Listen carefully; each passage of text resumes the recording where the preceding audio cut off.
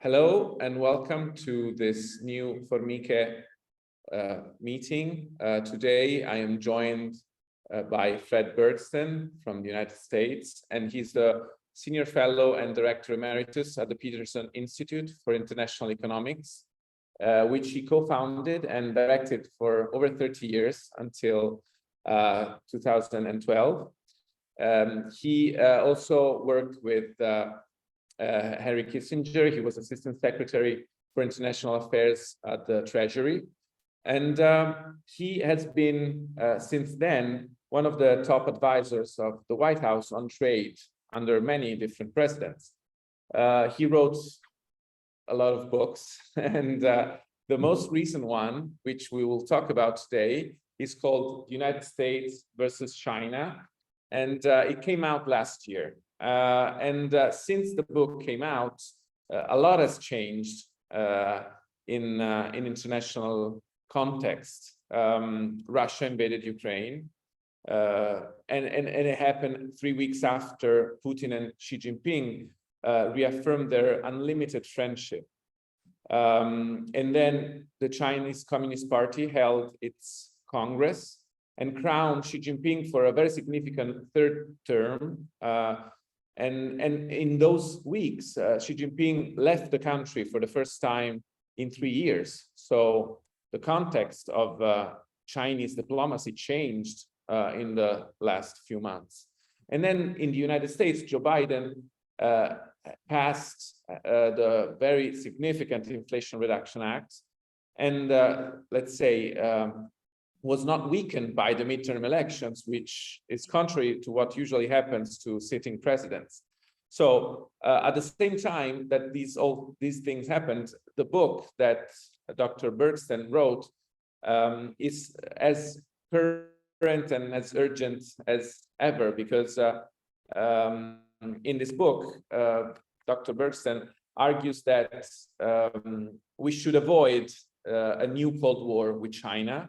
And in order to promote the liberal international economic order, we should keep engaging China as the rising power of the century, and we should, try to apply old and new rules in order to keep China involved in this process, because China cannot be assimilated to Russia, because it's a power that is too big and too interconnected to the rest of the world to be contained as Soviet Union was during the Cold War. So I will start asking a question to Dr. Bergsten. One of the basic conditions for this cooperation to happen is that China behaves like a responsible stakeholder. This is the term that you also use in your book. And my question is China ready or actually willing to act as a responsible stakeholder? Xi Jinping now has 5 years ahead of himself of fairly undisputed power. So has the Congress of the Chinese Communist Party created a condition for a détente with the United States and the rest of the international community? Or are the relationship becoming more tense and more difficult since he has such an unlimited power? Well, those are all good questions. Let me try to answer them. China, particularly under a strengthened Xi Jinping, certainly has the capability to act as a responsible stakeholder in the world economy and the world more broadly. And they have done so on many occasions. After the global financial crisis 12, 13 years ago, China took the lead, really, along with the United States, in stimulating its economy and promoting global economic recovery and avoiding world depression.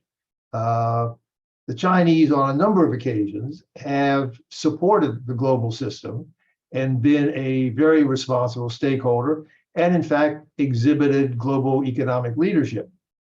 On the other hand, there are times when they do not. They have a lot of policies in the trade area, but others as well, that violate international rules and norms. They have been decidedly uncooperative on some issues. And so we really don't know if China will become a consistent and sustainable responsible stakeholder, or as I prefer to call it, a cooperative global economic leader in keeping the world economic system stable and prosperous. My basic argument, as you suggested, was that we must find ways to promote Chinese behavior in that direction. China is now a larger economy than the United States or the European economy on some metrics. It will be larger on all metrics within the next few years, next decade. It's simply too big, too dynamic, too successful to try to contain. We cannot, even if we wanted to, contain or suppress China's economy. So we have to find ways to work with it. The trick, I think, is to do that while at the same time recognizing that we will have continuing differences with China over some issues, particularly security issues like Taiwan, the South China Sea, some political and humanitarian issues, values issues like Hong Kong and the Uyghurs. So what I call for is functional decoupling. Recognize that we will continue to disagree and maybe even confront China on some of those security and political issues, but at the same time, work cooperatively with them on global economic issues, global public goods issues like climate change, where no progress will be made unless China is involved. That, I think, is the diplomatic challenge and what policy needs to pursue, both in Europe, both in the United States, and certainly in Europe. But yes, since again, in the past months, two new items on the agenda have been the national security strategy that came out in October, and also the export ban on semiconductors and critical technologies that the United States has enacted. For the first time, the United States have enacted a ban and a measure that is very, very tough in terms of how much it means for American companies and their limit to what they can export and sell and their relationship with China. These two items, do you think that can be the beginning of a more limited competition in the sector of technology, or is the beginning of something that can go wider and can enter other areas of competition and of tension between the West and the United States? Well, they could usher in a new approach of the type I'm suggesting. The National Security Declaration that the U.S. put out last fall does indicate, as I said, that there will be continued disagreement, even confrontation, on some of the security and political issues. But at the same time, the export control issue illustrates very dramatically, in my view, the need to distinguish between security issues and more purely economic issues. Where the U.S. technology in semiconductors or elsewhere can make a substantial contribution to Chinese military capability, then I think it's correct to put limits or even embargoes on the transfer of those technologies to the Chinese. On the other hand, where the technology is purely economic, does not have security implications, therefore is not a threat in a military or broader sense, I think we should not put controls on and should continue to do business with China as we have in the past. Now, admittedly, it's sometimes difficult to draw a clear line between what technologies have security as well as economic implications and those which are purely economic. But that has been done in the past. It can be done in the future. And that's where I suggest we draw the line.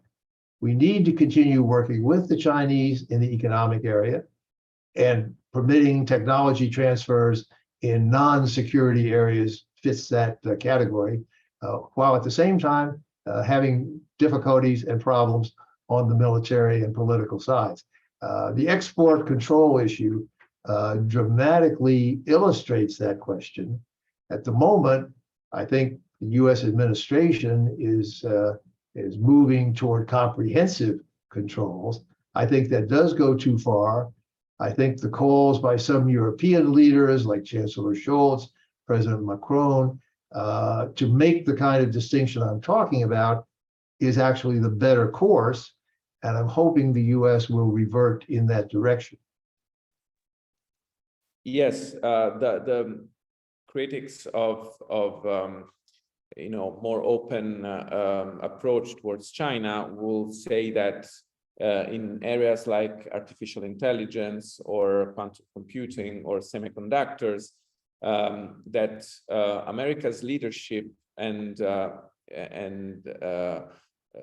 being ahead of the Chinese rival is a guarantee of security and of a stable economic system. They contend that if China goes too far ahead in terms of artificial intelligence and other technologies, or biotechnology, for instance, that the use will then be possibly military or will have an impact on international security. So how can we actually balance these issues? Because we do know for a track record of China that in terms of intellectual property and in terms of the use of the technology that they have had access to, sometimes they have not behaved in the most transparent and bona fide way.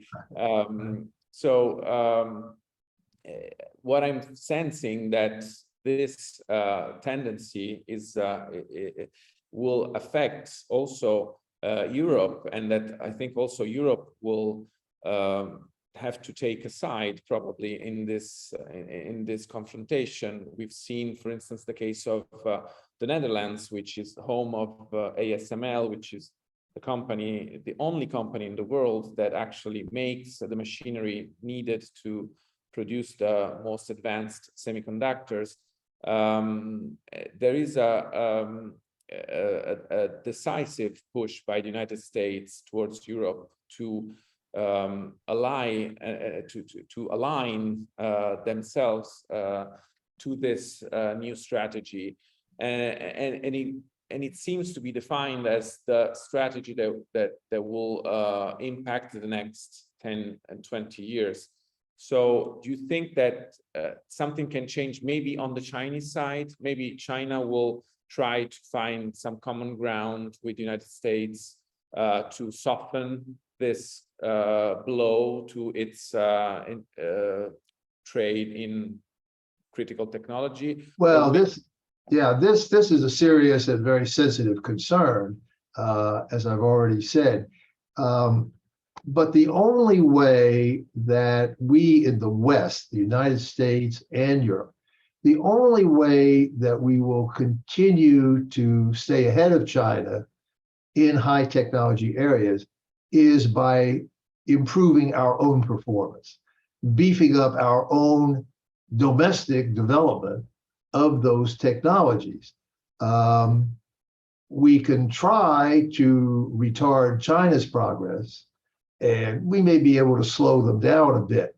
But as I said before, they're too big, they're too dynamic, they have too much brain power as well as capital and everything else to be suppressed. So it would be foolhardy for us to think that we can keep them from advancing on all these key technologies. Even where we have a commanding lead now, as in some semiconductors, it's really only a matter of time till the Chinese can catch up or approximate our technology level and thereby be real rivals. So the only sustainable answer for our own countries, the US, certainly Western Europe, to stay ahead, which we should try to do, is to improve our own domestic efforts, spend more on research and development, support our semiconductor and other high technology industries in order to improve their performance. That's what the United States, belatedly now, is trying to do. The so-called CHIPS Act that the Congress passed last summer, strongly supported by the Biden administration, allocates over $50 billion to support the US semiconductor industry. It sharply increases US spending on research and development, which is at the heart of a country's technological capabilities.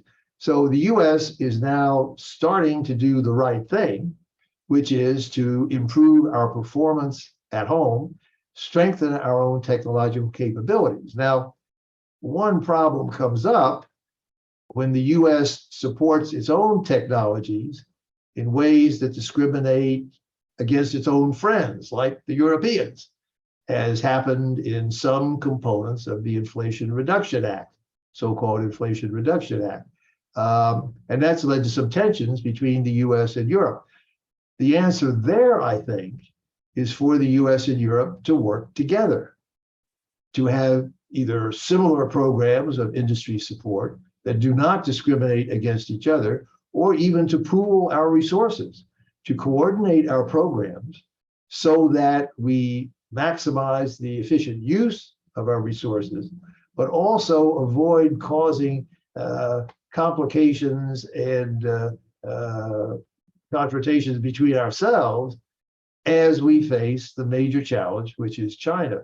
So I think the bottom line is we both, Europe and the United States, certainly including Italy, need to strengthen their domestic programs, their own technological performance and prospects, do it in a way that is consistent with the strong alliance relationships that we're now showing in the case of Ukraine, but which the Biden administration fully supports. Work out ways to do it in cooperation so that we maximize our chances both to stay ahead of China, which is important, but also to avoid new conflicts among ourselves. Yes, and we saw something that it was quite, at least for us journalists, we've never seen probably a scene like this recently, when Biden went to Arizona with Maurice Chang of TSMC and Tim Cook of Apple, which basically are the two biggest companies in their respective fields, to open a 40 billion factory of semiconductors. So we see that there's a big push in the United States. I think Italy and Europe are on the same page, but we probably do not still have grasped the urgency of this kind of investment and of this kind of commitment to new technologies.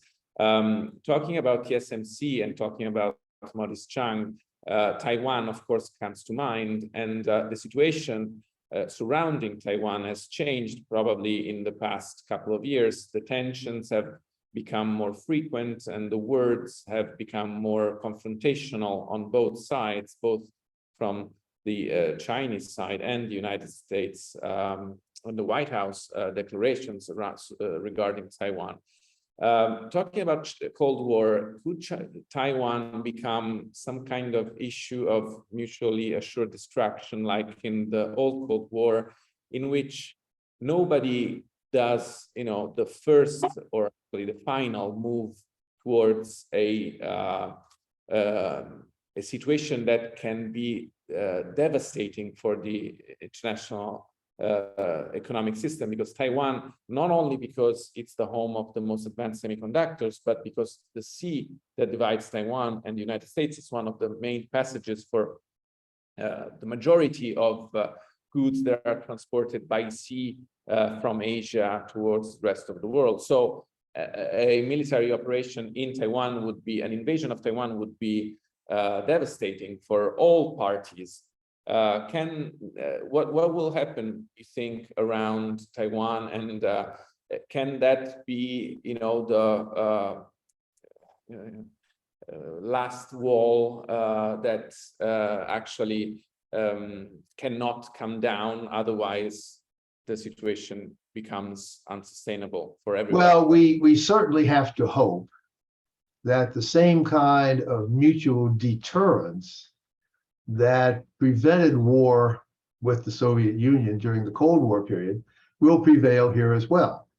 That is essentially US policy. The US has never, until maybe President Biden, committed to come to the military defense of Taiwan, but it has certainly kept that possibility open in what we call strategic ambivalence or uncertainty. But the hope and the intention, and certainly President Biden's when he increased the rhetoric last year, was to warn the Chinese that any attempt by them to take Taiwan by military force through invasion would be sternly met by the United States, on the hope that that prospect would deter the Chinese from any such effort. That policy has been successful now for about 50 years. It has deterred the Chinese. The question now, quite rightly, is whether Xi Jinping will be more aggressive, more self-confident, perhaps feel that they could get away with a military invasion of Taiwan. But for all the reasons you said, that would be an enormous and terrible risk for the Chinese to take under any leadership. Risk to their own populations, risk to their own economy and the world economy, certainly not a responsible stakeholder in anything if they took initiatives of that type. So, so far, the deterrent strategy has prevailed. It has worked.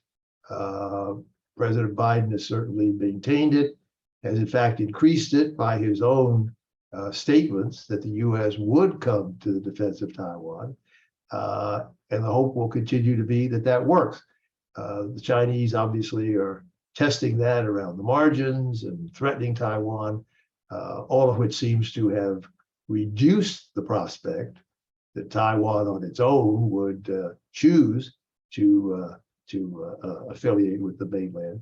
So hopefully the Chinese will understand that their present game is not successful, it's not working, it's very risky to go further, and that the status quo, though a bit uneasy, will continue to prevail. And I think that is the most likely prospect. The Chinese have never shown themselves to be hugely adventuresome, hugely risk-taking in their foreign policy or their national security posture. They will try to gain ground around the margins, like when they fortify these reefs and atolls in the South China Sea, but that's a far different animal than invading Taiwan. And I think it's unlikely that they will do that. Okay, back to Europe and to Italy.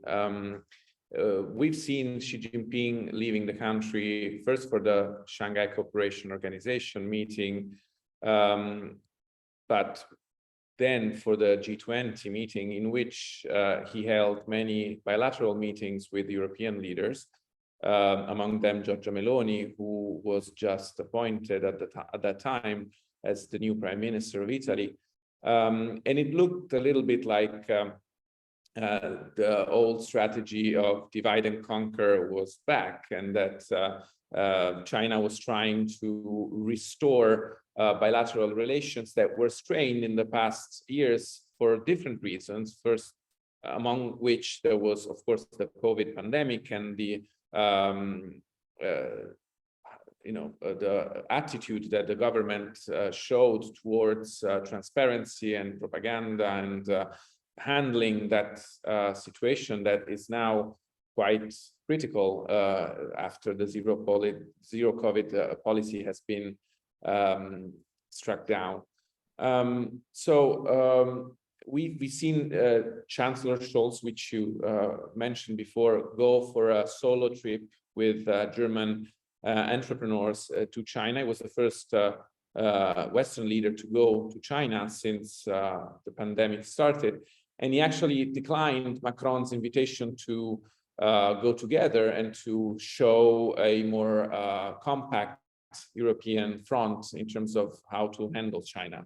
Meloni will visit Xi Jinping in the coming months. And so I'm asking, how do you see Chinese approach towards Europe? And do you think that they will still try to push for some kind of BRI attitude, or to create a different relationship with Europe than the United States, also as a way to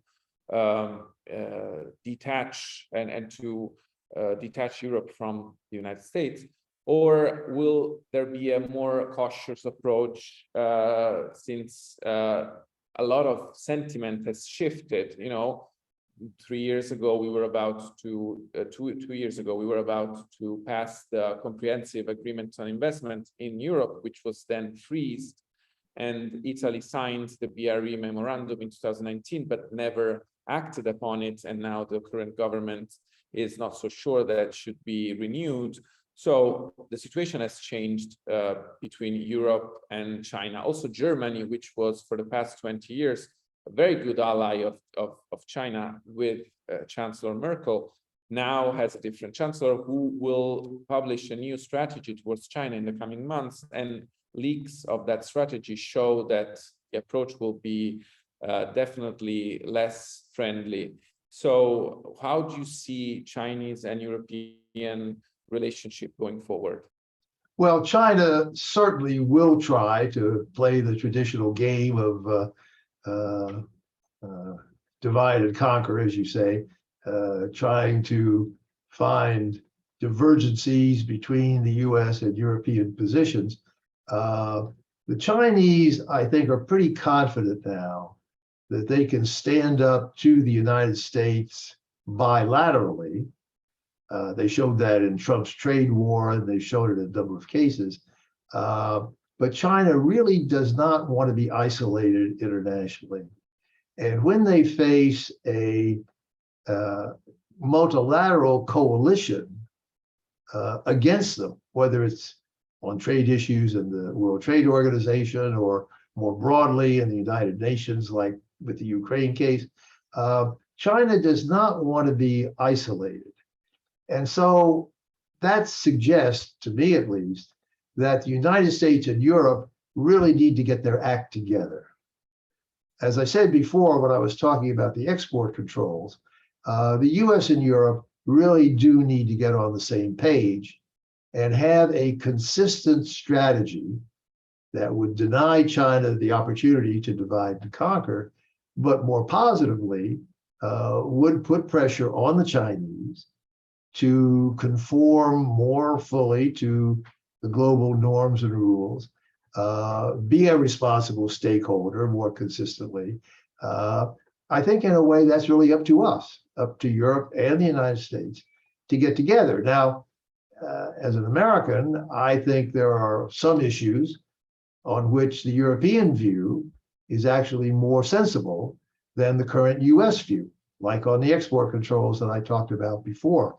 I think Chancellor Scholz, when he was in Beijing, and his article in the latest issue of Foreign Affairs lays out a more nuanced and I think more sensible strategy making a distinction, as I tried to before, between those technology issues that really have security implications and therefore have to be treated as security matters vis-a-vis China, and those which are not related in any direct way to security, where economic exchange can continue. And as I said before, I would broaden the issue and suggest that the US and Europe should continue to work with China, not against China, on the wide range of economic and global public goods issues like climate change, pandemic response, where no global progress is going to be made unless China is involved and working with the other economic superpowers, which are the United States and Western Europe. So I think the bottom line answer to your question really in a way depends on us, whether we, the United States and Europe, can get our act together, form a multilateral cohesive front in our policies and behavior toward China. I think faced with that, the Chinese, given their huge interest in maintaining an open and stable world economic system, would have no choice but to cooperate themselves and thereby promote the kind of continued collaboration on the economic front that is required. The US will have to give on some of its harder line Cold War oriented policies. Europe will have to toughen up some of its policies. You indicated it already has over the last 2 or 3 years. But the US and Europe need to work that out first. And then if we confront China that way, I think we have a very good chance of success. Yes, and I mean, I would be talking to you for more hours, but I will not take any more of your time. What you talk about is very clearly described in the book, and basically the principle is that China has benefited so much from the international liberal economic order that it's in its own interest to preserve it and to have it functioning and having the rules around it work at the WTO level. You have 10 different proposals at the end of your book in which you outline how a new international order can work and can restore the balance between the different powers, between the autocracies and the democracies, and the economy has been a way to common growth, notwithstanding the different political system, which is, I think, the most important message out of what happened in the past 30, 40 years since China left the Maoist approach to economy. So, and I might just add one more point. Yes. I think the war in Ukraine demonstrates the validity of the argument I am making and what you just said. China has given political and rhetorical support to Russia in its invasion of Ukraine, but has done very little or nothing in tangible economic terms to help the Russians. In particular, the Chinese and their companies have cooperated with the export controls that the US and the Europeans have maintained to reduce Russia's access to advanced technologies. The Chinese know that if they and their firms violate those sanctions against Russia, they will in turn be sanctioned, and their role in the world economy, which is so important to China, as you say, would be curtailed. I think it's a very good case where functional decoupling happens, where the Chinese take one stance politically and rhetorically, but in operational and pragmatic terms, avoid creating new conflicts with the West and the United States. And I think that's an example of the kind of distinction we need to make between these different sets of issues going forward.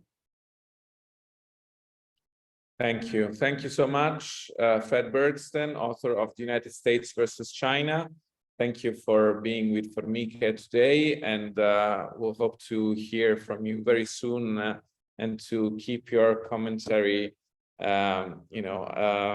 also, to have your thesis and your ideas better known in Italy for us is a great pleasure and honor to have you with us. It's a pleasure to talk with you. Thank you so much. Thank you so much.